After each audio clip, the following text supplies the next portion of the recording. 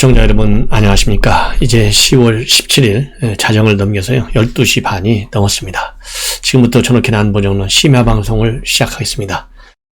이번 시간에는요 간단한 여론조사 2개 기관을 여러분께 소개해 드리고, 그 다음에 이 김호수 체제의 검찰을 여러분들 못 믿겠잖아요. 그래서 김호수 총장한테 메시지를 좀 제가 하나 전해드리고 싶습니다.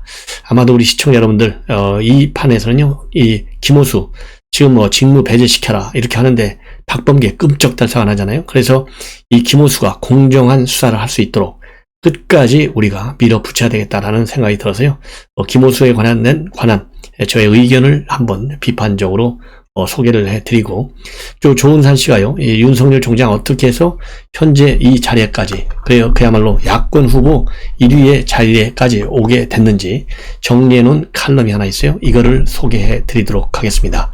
자, 맨 먼저 여론조사 내용을 말씀을 드리겠습니다.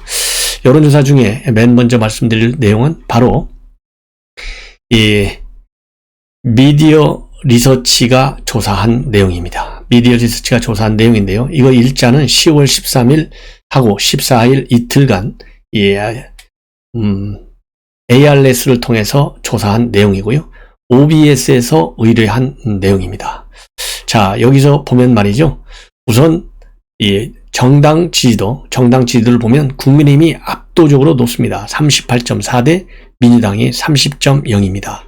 그 다음에가 열린민주당입니다. 6.2. 그 다음에 국민의당이 5.1, 정의당이 3.3 되겠습니다. 그래서 이 8% 정도 차이가 난다고 하는 것은 그만큼 이제 민주당의 설당이 점점 없어진다. 그래서 민주당에 대한 콘크리트층은 이제는 무너지고 있다. 상당히 무너지고 있다. 이렇게 우리가 해석할 수 있는 대목이 아닌가 하는 생각이 들어요. 그래서 20대에서도요. 국민의힘에 대한 지지가 민주당보다 무려 4% 정도 높아요. 국민의힘이 34.9, 그리고 민주당은 30.6입니다.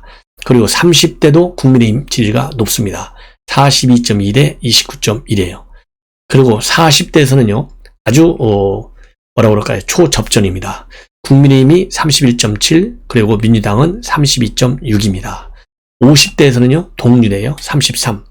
60대로 가면 압도적으로 국민의힘이 앞섭니다. 46.5 대 26.4가 되겠습니다.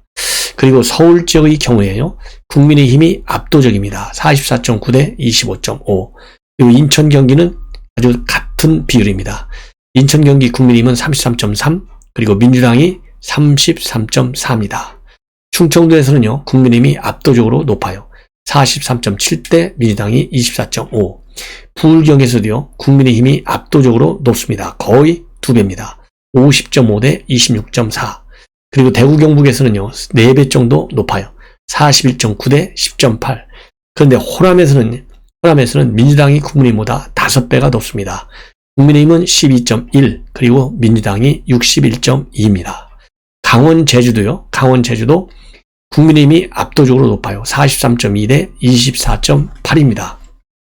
그래서 이번 이 미디어 리서치 조사를 보면 호남에서만 민주당이 높고 나머지 전 지역에서 국민의힘이 높습니다. 그리고 연령대도 보면 전 연령대에서 국민의힘이 높습니다. 딱 40대 하나만 민주당이 높은데요. 32.6 대 31.7이니까 0.9밖에 차이가 안 나요. 그래서 사실 보면 국민의힘이 전 연령대에서, 그리고 지역은 호남을 빼놓은 지역에서 압도적으로 높다. 이렇게 지금 이제 결론을 내릴 수 있어요. 그리고 남, 여성 모두 국민의힘이 더 지지율이 높습니다. 남성의 경우 국민의힘은 40.5, 그리고 민주당은 27.1, 여성의 경우 국민의힘은 36.4, 그리고 민주당은 32.8입니다. 이걸 보면 정권 끝났다 하고 우리가 결론을 내릴 수 있는데요. 일단 이 조사상으로, 그러나 여기서 만족하면 안 되죠. 이 지지율을 우리가 계속 끌어올릴 수 있도록 끝까지 3월 9일까지 노력을 해야 된다. 이 점을 제가 강조해 드리고 싶어요. 자, 그 다음에는요, 차기 대선 후보 가상 대결을 보면 윤석열 총장은 이재명이를 압도적으로 이기고 홍준표는 이재명이를 살짝 이재명한테 좀 뒤지는 걸로 나와 있어요. 자, 그러면 윤석열과 이재명 그리고 다른 제3자 이렇게 놓고 봤을 때 윤석열은 37.8이고요. 이재명이가 31.6입니다. 그래서 6% 정도 차이가 앞서고 있어요. 자, 그러면 어디서 차이가 나는지 보면 남, 여성 모두 윤석열 총장이 앞섭니다. 남자의 경우 윤 총장은 38.5 그리고 이재명이는 32.8입니다. 그리고 윤석열의 경우에는요. 여자가 37 그리고 이재명은 30.4입니다. 그리고 연령별로 보면 말이죠. 연령별로 20대하고 그 다음에 40대에서만 20대하고 40대에서만 이재명이가 높고 나머지 연령대에서는 윤석열이가 높아요.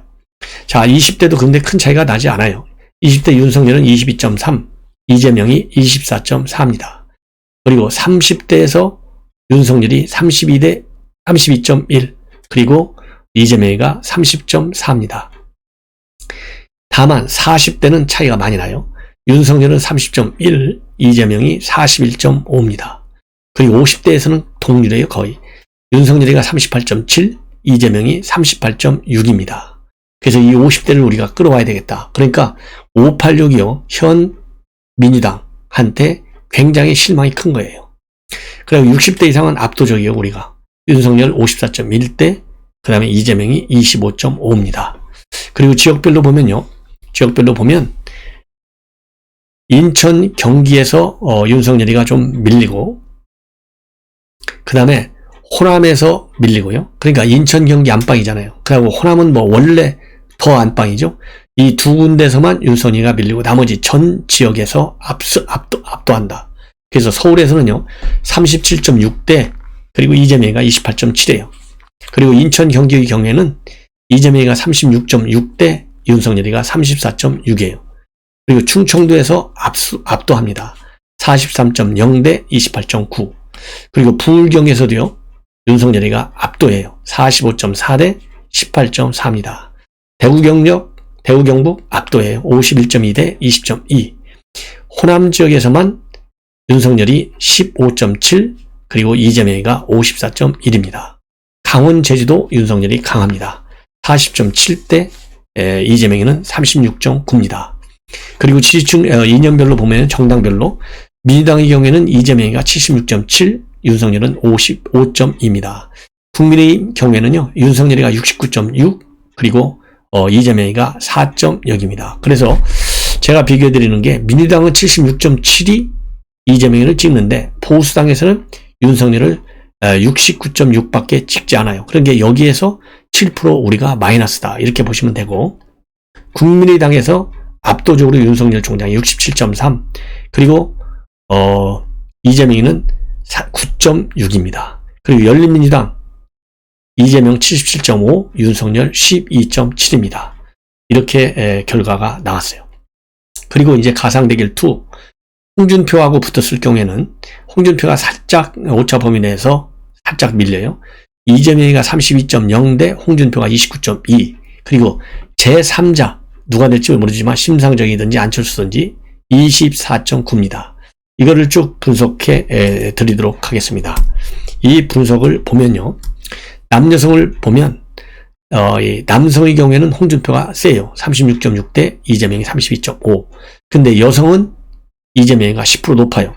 이재명이가 31.4대 홍준표가 21.9입니다. 연령별로 보면 말이죠. 40대하고 50대 그리고 60대에서 홍준표가 뒤져요. 그래서 20대의 경우에는 홍준표가 45.3, 이재명이가 25.7 그리고 30대의 경우에는 홍준표가 38.3 그리고 이재명이는 27.5 그래서 20대하고 30대만 홍준표가 세고 나머지 연령에서는 이재명이가 세다. 예, 이렇게 보시면 돼요. 그래서 참고적으로 40대는 이재명이가 42.0 홍준표는 24.4 그리고 50대의 경우에는요. 이재명이가 39.8 홍준표가 25.9입니다. 그리고 60대 이상의 경우에는요. 이재명이가 26.4 홍준표가 20.2입니다. 그리고 지역별로 보면요. 서울에서는 홍준표가 세고요. 인천, 경기 이재명이 세고 충청도도 이재명이 세고 그리고 부울경 당연히 홍준표가 세고요. TK도 당연히 세고, 그리고 강원 나머지는 이제 좀 밀리네요. 그래서 서울에서는요, 홍준표가 35.5, 그리고 이재명이가 26.9, 인천 경기에서는 홍준표가 26.1, 이재명이가 38.8, 충청권에서는요, 홍준표 21.1, 이재명이 30.9, 부울경에서는 홍준표 29.5, 이재명이 16.2, TK에서는요, 홍준표 45.1, 이재명 20.3, 호남에서는요, 홍준표 13.2, 그리고 이재명이 54.4, 강원 제주에서는요, 홍준표가 28.6, 이재명이가 38.1입니다. 민주당에서는요, 이재명이를 75.1, 그리고 홍준표는 8.2입니다. 국민의힘의 경우에 홍준표가 53.8, 그리고 이재명이는 4.8입니다. 정의당의 경우에는 이재명이가 33.3, 그리고 홍준표가 13.3, 국민의당의 경우에는요, 홍준표가 38.5, 이재명이 19.2입니다. 열린민주당은 이재명이가 74.6, 홍준표가 7.0입니다. 여기서 이제 국민의힘 지지율을 보면요, 이재명이 붙었을 때 홍준표는 국민의힘에서는 53.8이 지지율이에요. 그런데 윤석열이 붙으면 69.6이 지지율입니다. 그래서 한 10%포인트 정도 이 국민의힘 이 지지율은 좀 차이가 난다. 물론 제3자가 받는 또 지지율이 있기 때문에 절대치로 비교할 수는 없겠지만은 대충 추상적으로 비교를 하면 그 정도 차이가 난다는 점을 여러분들께 말씀을 드립니다. 자, 이것이 OBS 의뢰에 의한 미디어 리서치 조사 결과입니다. 자, 이제는요, 이제 어디 거를 하냐면, 이 천지일보에서요, 천지일보에서 어디에다가 의뢰를 했냐면요, 코리아 정부 리서치에 의뢰한 여론조사 결과입니다. 예, 이 내용을 또 여러분들께 간략하게, 이거는 뭐 아주 간단합니다. 여기서 이제 대통령 긍정평가는요, 긍정평가는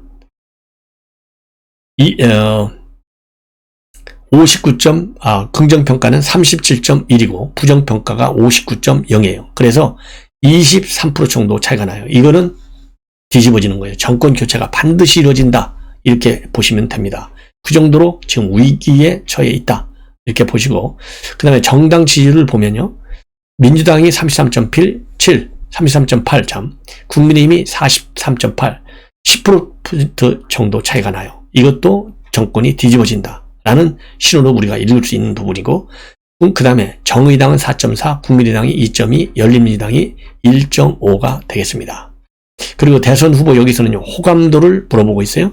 이재명이 30.0, 윤석열이 28.8, 홍준표 20.4, 유승민 3.5, 안철수 2.8, 심상정 2.3, 원희룡 1.8, 김동연 0.72 호감도고요.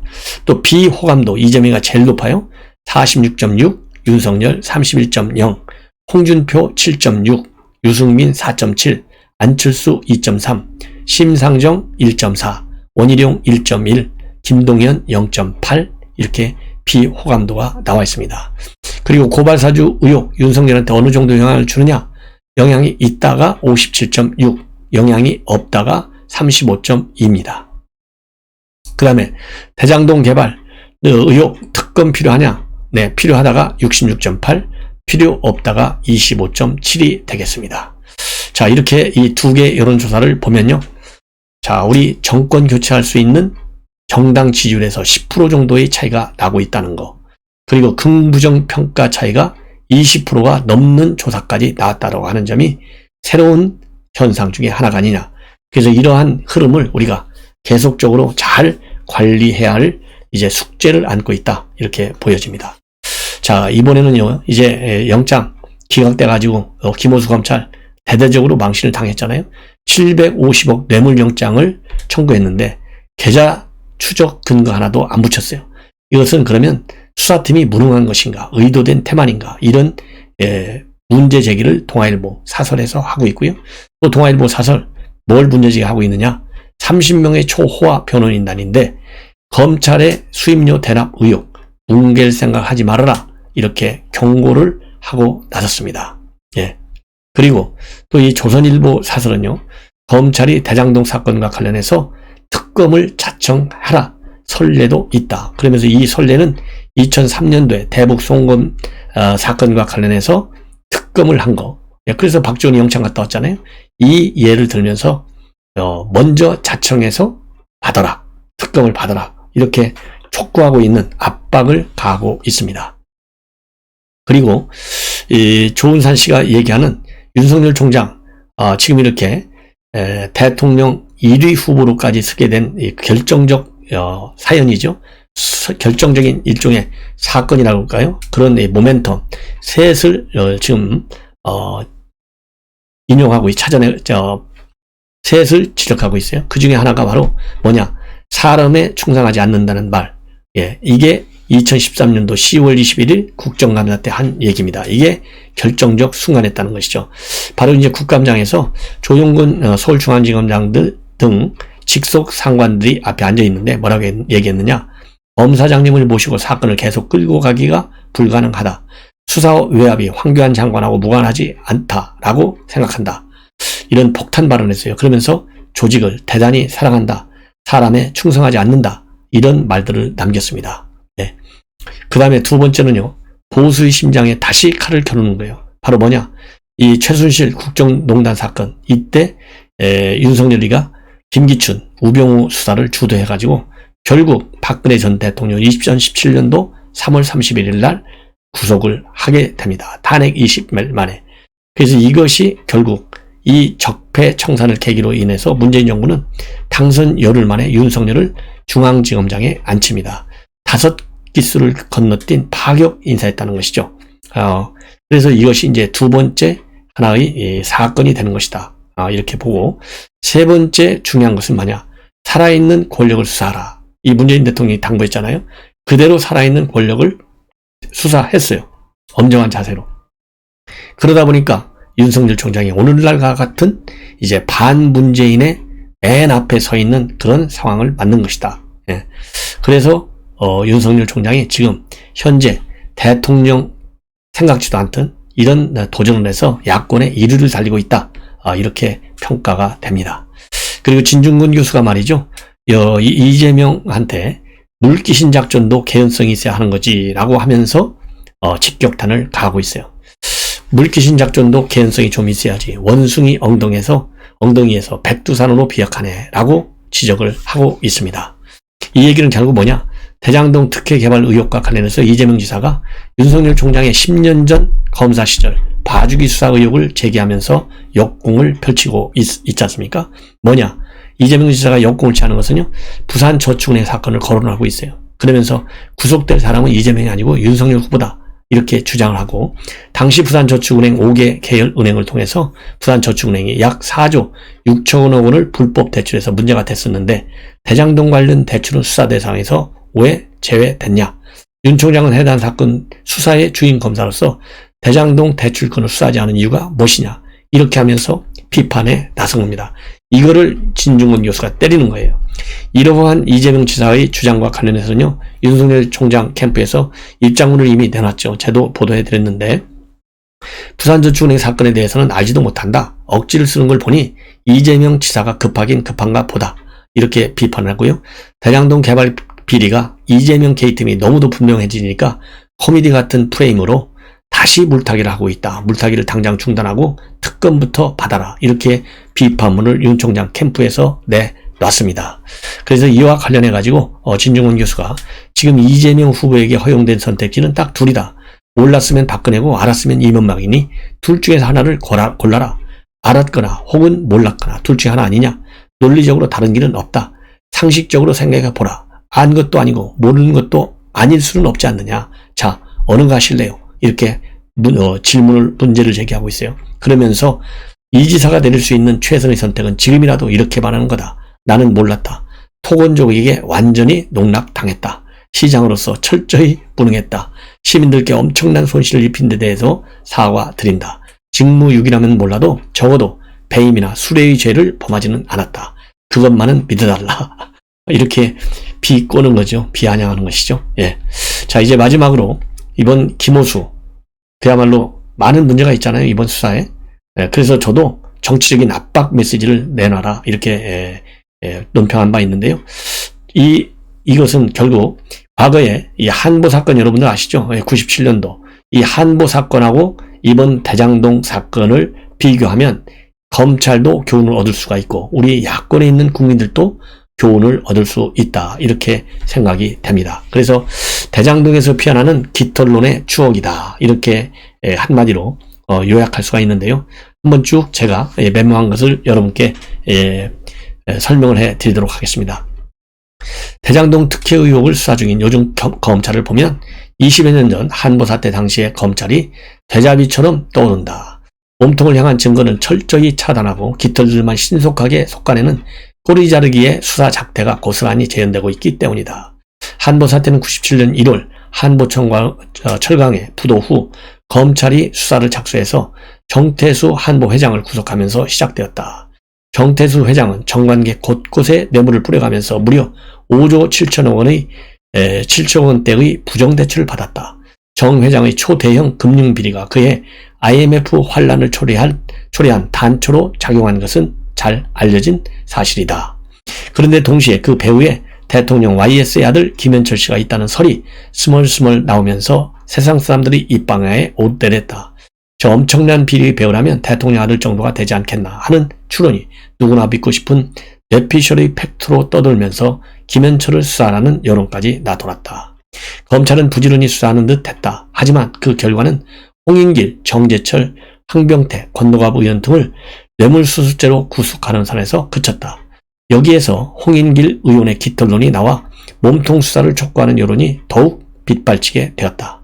YS의 최측근이었던 홍인길 의원은 훅 불면 금방 달아갈 깃털에 불과한 자신이 어떻게 5조 원대를 대출을 알선할 수 있겠느냐 하면서 몸통론을 외쳐댔다. 그래서 YS 김현철 씨를 곤혹스럽게 했다. 그렇지만은 검찰이 꼬리 자르기는 완강했다.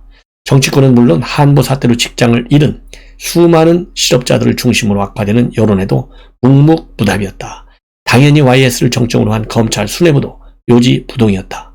결국 여론에 떠밀려 새로 부임한 중수부장 심재륜의 집요한 수사로 김현철 씨는 구속되어 법의 심판을 받고 말았다. 대장동 사건의 앞날도 훤히 보이는 듯하다. 대장동 사건을 맡고 있는 검찰 역시 지금 깃털 속아내기에 열을 올리며 꼬리 자르기에 들어간 게 분명하다. 뭉개고 득장 부리는 수사와 어설픈 압수수색, 구색 맞추기 영장 청구 등 총체적인 부실 수사로 깃털은 물론 몸통의 탈출구를 열어주느라 부심하고 있다. 이정수 중앙지검장, 김호수 검찰총장, 더 나아가 수사를 직접 지휘하고 있다는 의혹을 받고 있는 박범계 장관 등 이들에게 충고하고 싶은 게 하나 있다. 우리 국민 절반 이상이 대장동 사건의 몸통은 이재명이라고 믿고 있다. 이제 믿고 싶은 대로 믿고 있는 게 아니라 피해 당사자인 대장동 주민들의 증언, 성남시와 성남도시개발공사 그리고 성남의 뜰과 문제의 화천대유에서 나오는 숱한 물적 증거들이 믿음을 사실로 확인시키고 있다. 이 모든 것을 온 국민이 지켜보고 있는데 자기네끼리 꼬리 자르기로 유야무야하겠다고요? 20여 년 전 당신 선배들은 그렇게 얼렁뚱땅해서 넘어갈 수 있었는지는 모르지만 지금은 환경이 달라졌다. 우리는 촛불로 거대한 정권을 무너뜨려 본 국민이다. 당시에도 우여곡절 끝에 심재륜이란 강골 검사가 몸통을 잡아냈다. 하지만 설사 당신들이 지금 현 정권의 입맛에 맞는 수사로 몸통에 살 길을 열어준다 해도 그 몸통은 결코 산 목숨일 수 없다. 국민의 믿음을 저버리고 배신하면 어느 누구도 설 땅을 잃게 되는 시대가 되었다. 검찰도 이것저것 눈치를 보거나 외압을 의식하며 엉터리 수사를 한다면 문제의 몸통과 함께 나락으로 떨어진다는 사실을 명심해야 할 것이다. 하나의 김호수에 대한 엄중한 경고문입니다. 시청자 여러분, 그러면 편히 주무십시오. 대단히 고맙습니다.